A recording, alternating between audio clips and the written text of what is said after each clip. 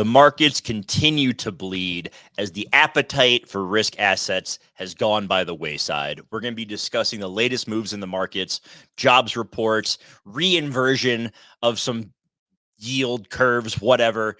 Kevin's a smart one. He'll talk about that. I'm just here for my good looks and charm. Welcome to Money Never Sleeps.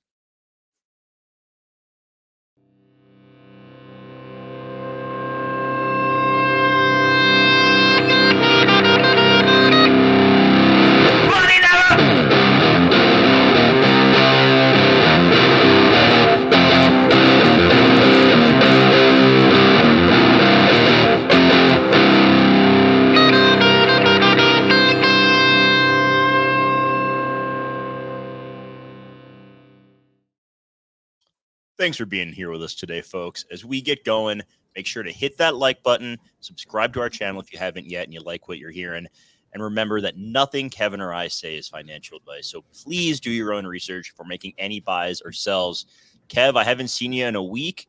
You had a busy Labor Day weekend, but we're back at it. The markets are open and they are looking shitty.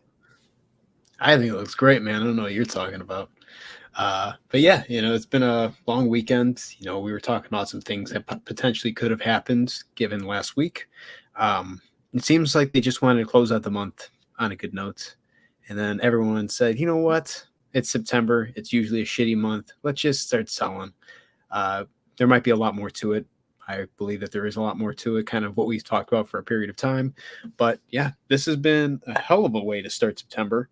And kind of, I'm wondering if there's going to be any bounces, and if they are bounces, if they're dead cat bounces. Like, are we looking at a crash? Are we looking at a correction? It's still very early to tell. I think it's one or the other. But yeah, I think that's kind of the bullish momentum that was kind of finishing off the month of August is kind of gone right now. Yeah, we've seen a lot of red in crypto, in equities. NVDA taking a pretty big hit down to just over 105. So yesterday was rough for NVIDIA. There's the DOJ subpoena. What is that going to mean for the stock? Cramer is Jim Cramer is just shitting his pants all over the place. The guy is just a walking counter trade, and I couldn't love it any more than I already do. He has given up on crypto, though. He's flipped very bearish on crypto. So I feel good about that. My game plan is to continue to DCA because I'm looking for a good return there. But let's talk about some of the data that has come out since we last spoke. This morning, we had a JOLTS report that showed far less job openings than were originally expected. Came in south of 8 million, I believe around 7.8 or so. Expectation was 8.1 million. Tomorrow, we're going to get private sector employment, see how many private sector jobs were added last month. Expectation is 140,000. I got the feeling that's not going to come in at a very good number. We're going to see initial jobless claims. Then on Friday is the big jobs report. They're expecting 161,000 jobs, non-farm payroll jobs. I don't think we're going to see that. They're expecting the unemployment rate to go down. Don't think we're going to see that. It's a really, the Fed just overcooked everything, right? Like, they should have cut last month. They didn't. They kind of stepped in it. Meanwhile, we got PCE last Friday that came in right in line with expectations, still above the Fed's target, but, not churning too much higher. The core number came in a little under expectation at 2.6%. So I think the Fed is feeling good about inflation, but I think they're realizing that we may have overcooked the job market a bit. They clearly fucked up. I never had any faith in them one bit this entire time of, this rate height cycle and then this rate hold cycle. Because honestly, it's been 800 and something. I think it was like 854 days of inversion of the yield curve. And these fuckers have had rates, elevated since 2022. So that being said, this has been a wild 2 years. They fucked up to the point where goods still for consumers are extremely elevated in price, but people are losing their jobs, and it makes no fucking sense how people are able to survive whatsoever affording some of these goods. And that's why they're kind of forcing people into debt, right? And that's why we're starting to see all these credit cards, these Affirms, Klarnas, and all these other ones showing like really good numbers. It's like, yeah, because people can't afford to fucking survive. They've had every chance to cut and they didn't. And the reason why they had to cut is because the outcome regardless would have been the same. You're going to see a recession. You're going to see people lose their jobs. It's just now it's way worse. That's just kind of the way it plays out every time. You're probably going to see, I mean, this is inflation still very sticky. I don't care. If you want to get it to 2%, that's fine. But the price of goods, things are still very elevated for consumers itself. And you're cutting rates, that's probably tells you that there's something bigger around the corner. Now we're seeing 50 basis points being priced in for the September cut, which is wild because that wasn't the case a few days ago. Yeah, it's a few days ago, it was at about a 38% chance of 50 basis points, so still decent. Now it's at 43. I could see that continuing to move toward 50. Yeah. Hence why they should have cut at the last meeting. If we get, I think there's only, 2 weeks from today until the next Fed meeting. So we're going to get a jobs report this week. I believe next week, just to verify, I don't want to give, disinformation here. We get CPI next Wednesday, so a week from today. Will we see, if at least one of those numbers comes in very badly, then we're going to 50. If both of them come in, then it's a surefire thing, and we got to start talking about 50 or 75 at the following meeting. Oh, yeah. Now for the meeting in November, we're seeing a 20% chance that they've cut 100 basis points by that time, and only a 30% chance that they've done 25 at each meeting. So we're getting some cuts. They're expected to increase in size, just like J Powell after he pops a Cialis. So let's keep it moving from here. Right. What else do we want to discuss? We had the last time we did our show was the day of NVIDIA earnings, and we've seen a pretty big sell-off. Yesterday was the single biggest decrease in market cap on record. Like it was like $300 billion or something along those lines. Jensen, our buddy, was down about 10 billion yesterday. So, no surprise that he sold some when he did. Yeah. I mean, let's put it this way. When you work at some of these companies, you can tell when the writing's on the wall, right? And can you blame a guy for selling if you know that, maybe there's, you're seeing some pain in terms of revenues, or you don't think the outlook is going to be as, bright for the future for the next quarter? No. That being said, though, the media itself completely turned its tune on Jensen and NVIDIA out of nowhere when they realized that pretty much only have 4 customers, and 2 of those customers might be NVIDIA. We don't know. That's just kind of the hypothesis that's running around there. But vendor financing was something that we talked about for a long period of time, and it looks like it kind of matters now. Now you're seeing kind of. No. I'm sorry, I lost you in the internet for a second. But it doesn't matter to clearly, what's his name? Jim Cramer. But the problem is with generative AI, all the companies that were buying these chips, not one of them has been able to crack a way to make profit using it. So therefore, is there any true value behind it? I think that's the question that people should have been asking. Now we're starting to see that, hey, maybe this is a little bit of a bubble. Maybe we should scale back a little bit here. Then you get hit with this antitrust thing. It's not a good deal. But I think the most important thing when we look at NVIDIA, it comes down to the carry trade. Been talking about this. I keep talking about it. Tonight might be fucking bloody in Japan. I'm just letting you guys know. Last night was a really bad night. Went down to, I think, almost 1,800 points down, close to 1,600. Share my screen right now with Japan. I'm also fighting the flu right now. So if I sound nasally, it's not because I'm annoying. It's just because I am sick and tired of the bullshit in this market. But here we are. Looking at this is fucked up. Let's pull this over here. You can see where the yen carry trade is getting really, really scary. So, last time we were down in this range was August 5th, and that was when we hit 141. If we lose this level of support right here, which we currently are sitting on right now, by the time Asian markets open tonight, we're in the 143. There's nothing stopping this from going to 141. There might have to be some interventions from the Bank of Japan, but you lose that level, and everything that is in equity is going to become more expensive to pay back. And you're probably going to see NVIDIA also being scaled back as well in terms of price in this market right now is going to scare them even more. They were borrowing when it was really cheap to borrow the yen and then throw that into the US markets. But if the thing you were taking the money and borrowing from and putting into to get a better return is actually losing you money and you have to pay that money back because the dollar is getting stronger and rates are going to continue to rise, well, then you have to offload. You have to get out of that trade any way possible. That's a fire sale. You probably will continue to see some more pain in Asia and also more pain in the US. It's kind of like the snake eating its own tail. It's just going to be chasing itself back and forth throughout these two markets. The US and Japan are so interconnected, and obviously other world economies are as well. But our markets are so tied together that it's going to get really nasty.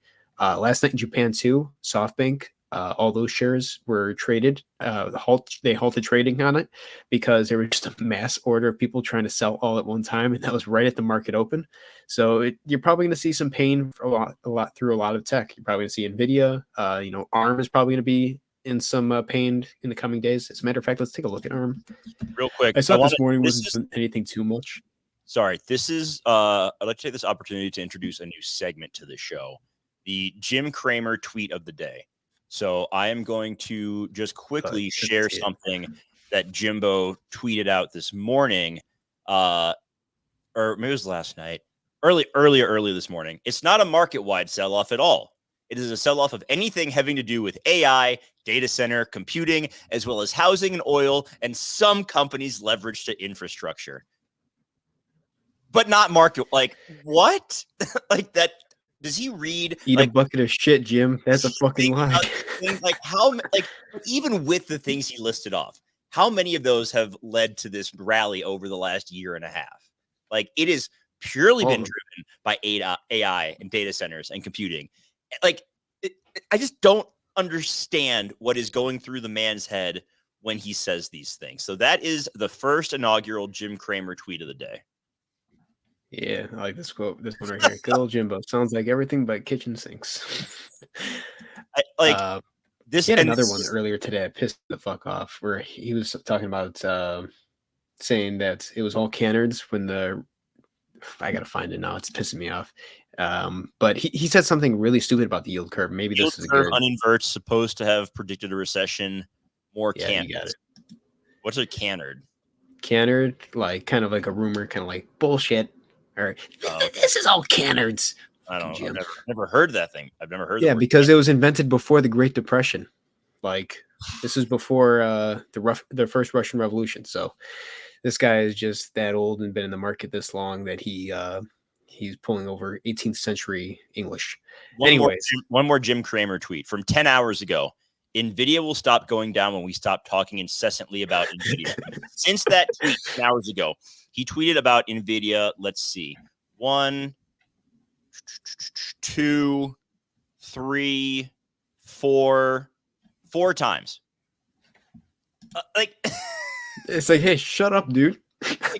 You're fucking your own bag. Saying what the problem is, and then you're contributing to that problem. Like, it's just the lack of self-awareness. It just cracks me up. I hope he never retires. I hope he continues to provide us with this level of entertainment for the rest of time.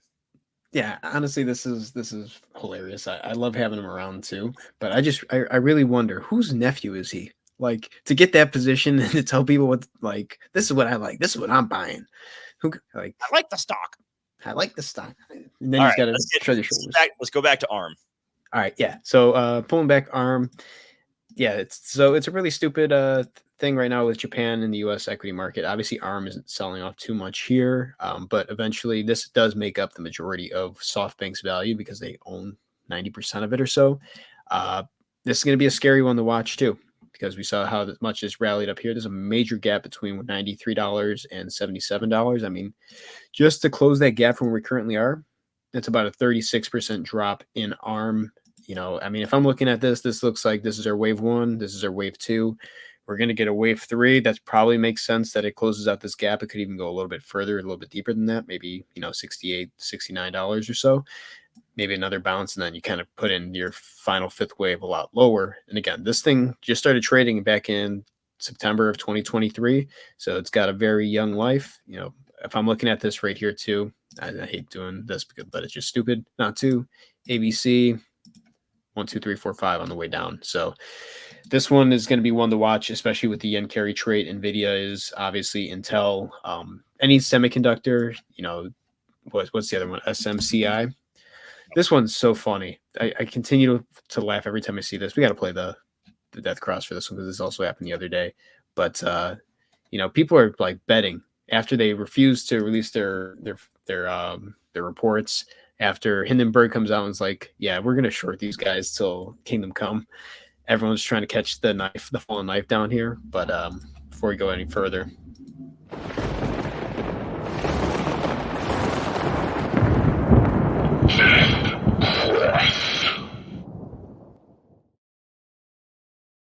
I really question whether we're going to get a day where we could play that, but for the entire market, because there will come a time when every single stock has just absolutely hit its death cross. Maybe not for currencies, maybe not for gold, maybe not for some of these other things, but that'd be hilarious if like the death cross just strikes on every single equity, every single stock, every single crypto. We got the perfect bumper to play for it. But yeah, this is another thing. These are all the ones that are going to probably bleed if Japan goes awry tonight. I mean, if you don't believe me, Japan's in some deep shit right now. Look at this one candle that we got last night. Cool. It went through the 50 and the 200. It closed below the 200. You still got plenty of room to the downside. If I'm looking at this, I'm saying that, okay, this is wave one. This is wave two. If this is wave one, wave three is going to be freaking massive, guys. I'm sorry. That's going to be a big dump. It really depends on what Japan can do and if they can find collateral. Collateral is just as important as liquidity at this point to post, because eventually you're not going to have the liquidity or the capital to put up money. You're going to definitely need something to use as collateral to prevent some of this from dipping even further. But I mean, you're probably going to close some of these fucking gaps down here. And this could happen, I'm not saying in one day, but I'm saying over the course of weeks to months. This whole thing that happened, this carry trade, all this is from here, August 5th to this rally up here from 31,000 to about 39,000. That's all leverage once again entering their positions. Now, the thing that they were betting on, NVIDIA, ARM, all these other tech companies are starting to bleed in the US markets. They are screwed because they're probably going to be raising rates. We're cutting rates. If we cut 50 basis points, that makes this trade even worse, makes the yen so much stronger, and you're just going to see that completely unwind. And, I think that September might be the month that you could see a major crash. It could be. I think September, October kind of are positioning themselves for something. It's a bad time in the world when you're seeing all these countries start to cut rates. You're seeing Canada had to cut rates again today because their economy is just in absolute shambles. Their labor market's just non-existent at this point. We're seeing problems with their banks. We're seeing problems with the U.S. banks quietly in the background. Right now, we're watching just tech and treasuries. But, as the U.S., 50 basis points, if the U.S. cuts that on the, the 18th, I think, the FOMC meeting, you're probably going to see an acceleration of the yen getting stronger, and that could cause way more problems, especially if we're front running the rate cuts in the U.S. and we're already seeing a lot of these equities, bleed out. I mean, S&P right now is down 24 points again. Nasdaq's down 80, Dow is down 75, and if we look at some of the other stocks that are going on, Apple's down 2.5%, or down $2.50 today. That's what I'm trying to say. Nvidia is down 2% or so, after being up on the day too. Like if you look at NVIDIA, this is a bearish looking candle right here. That 100% is a dead cat bounce, in my opinion. Maybe some money comes in. Maybe there's some good news that kind of saves it. But I think a lot of people who were screwed over here, they pumped the stock, they got out up here, and now they're still trying to get out down here. You lose this level at 104 for NVIDIA on this trend line. You bounce off it here, you bounce off it here, similar to how we've hit the resistance on this trend line up here. You're probably going to come down to fill this gap at 96. If not, we're looking at somewhere around the 200 moving average.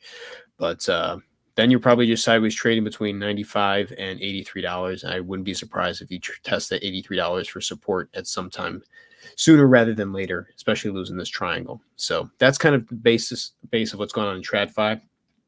The yield curve obviously is getting closer and closer. It was positive for a brief period of time. Now it's coming back down. It was even positive today. I wouldn't be surprised when the rate cuts do happen, though. This thing starts going positive very fast, and a lot of people start fleeing the equity market to go into treasuries. It could even happen before we get our first rate cut. All right, let's talk a little crypto before we call it a day. We've talked Nvidia and equities enough. We're seeing Bitcoin, it lost the 60,000 level. ETH is down under 2,500. We saw Sol break below 130 for a bit. It bounced back a little.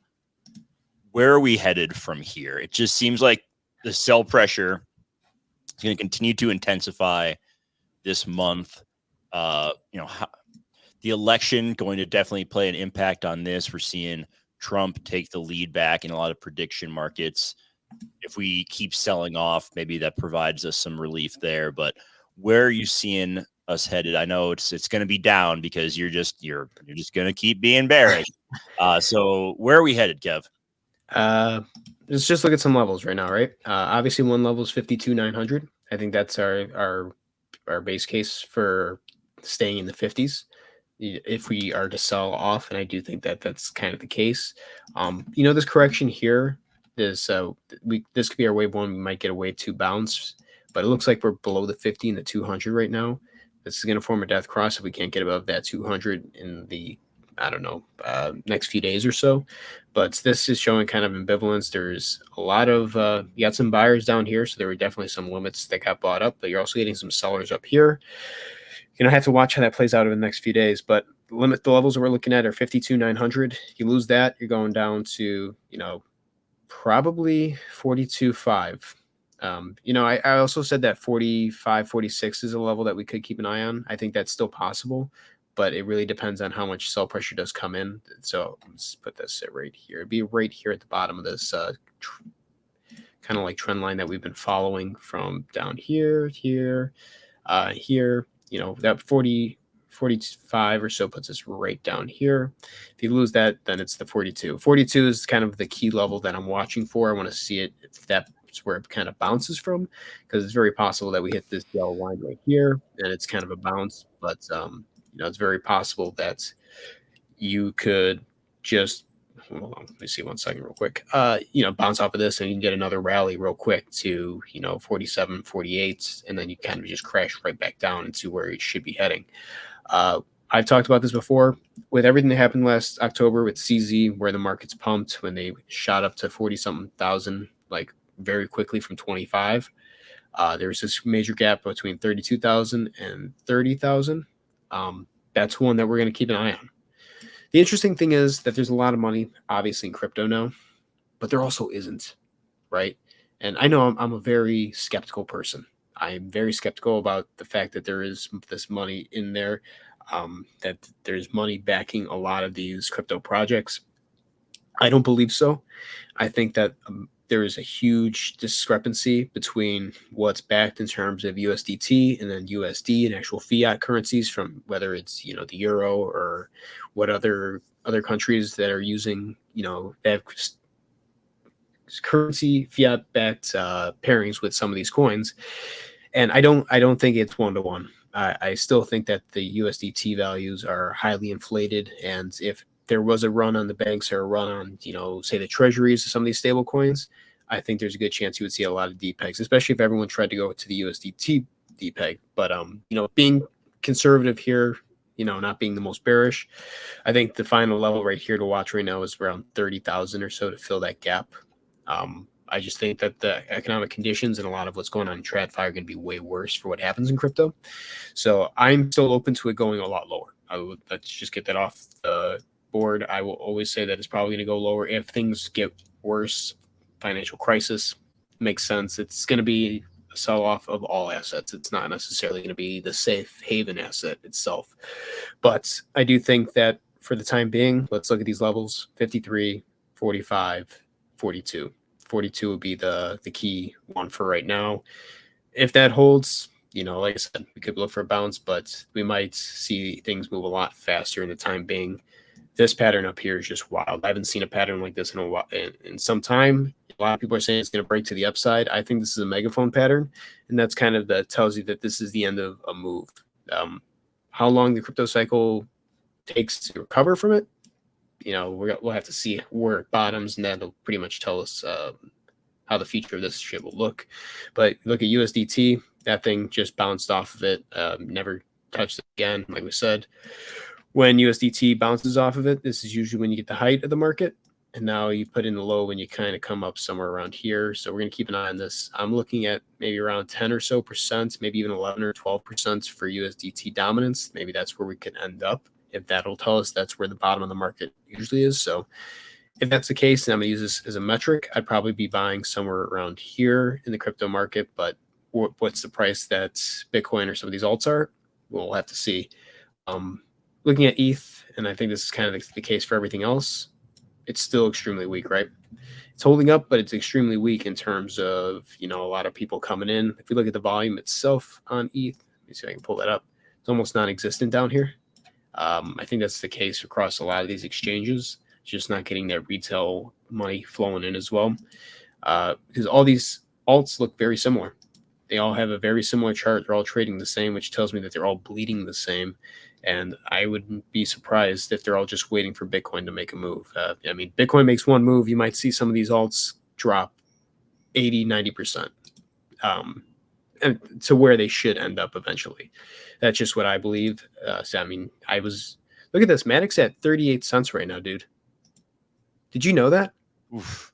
What? Oh my goodness. I didn't even know. 33 cents. Dude. That is, look how close it was to hitting the bet's obviously I lost that by a year, but still, like this thing, this is not even over. Like some of these alts are just going to be like pennies when this market does bottom, if Bitcoin decides to dump to that 30,000 level. Like, oh my goodness, I didn't even see Matic that low. That's a shock. What else we got out here? Cardano's at 32 cents. We're still looking at like 8 cents for that one. There's going to be a lot of value, which is good. But this is going to be a lot of pain. Like, don't think that something just because it's down already, 60, 70%, it can't go down another 80 or 90%. Like, that's very possible in this crypto market. And, if Bitcoin's the thing that everything's waiting for, once that goes, that's going to be just absolute chaos. You probably will see exchanges like freeze or just like, sorry, can't withdraw anything. I wouldn't be surprised that happens. All right. That's how we're going to wrap it up for today. I got an appointment to get to, so we are calling it there. Appreciate everybody who joined us for today's show. We will be back on Friday talking through the jobs report that comes out, anything else that's happening in the markets. If you haven't yet, hit that like button, subscribe to our channel, drop a comment. Chris Hoddle, appreciate you being here with us today, as always. Have a great rest of your week, everybody. Stay safe in the markets, and we'll see you on Friday. Take care, everyone.